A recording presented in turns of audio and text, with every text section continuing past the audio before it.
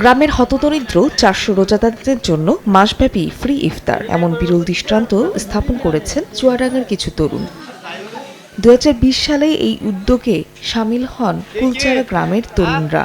সে সময় করোনার ভয়াবহতা চলছিল। কুলচারা গ্রামের 135 পরিবারের মাঝে পুরো রমজান মাস ফ্রি ইফতার বিতরণের সিদ্ধান্ত নেওয়া হয়। এতে পাশে দাঁড়ান গ্রামের কিছু বিত্তবান মানুষ, যুক্ত হয় দেশের বিভিন্ন প্রান্তে ছড়িয়ে ছিটিয়ে থাকা সচ্ছল ব্যক্তিরাও। রমজান মাসে শুরু হয় ইফতার বিতরণ কার্যক্রম।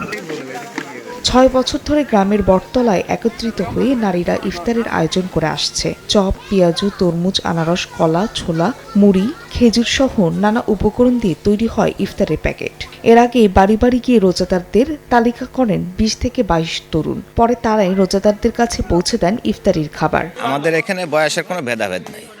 আমরা ছোট থেকে বড় পর্যন্ত সবাই একসাথে আসি। এখানে ইফতারি কাটাকাটি করা হয়, গোছানো হয়, গুছিয়ে সবার বাড়ি দেওয়া হয়। এখানে আমাদের এগুলা করতে অনেকের সবারই ভালো লাগে। মিলেমিশে আমরা এই যে ইফতারিটা রাখি, আমরা দীর্ঘদিন যাবৎ এবং আমরা এটা দিয়ে আসছি এবং যাতে এটা দীর্ঘদিন যাবৎ টিকে থাকে। এটা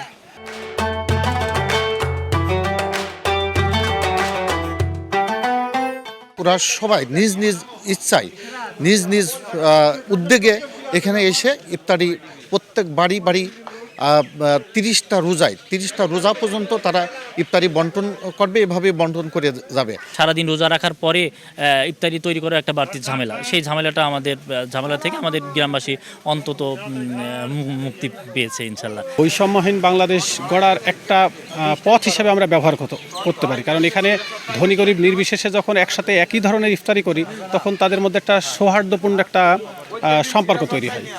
এই জন্য আমাদের প্রত্যাশা এই 6 বছরের মতন ভবিষ্যতেও যেন আরও 6 যুগ এটি পরিচালিত হয়। কুলচারা গ্রামের 3টি পাড়ায় প্রতিদিন ফ্রি এই ইফতার বিতরণ করা হয়। সময় সংবাদ, চুয়াডাঙ্গা।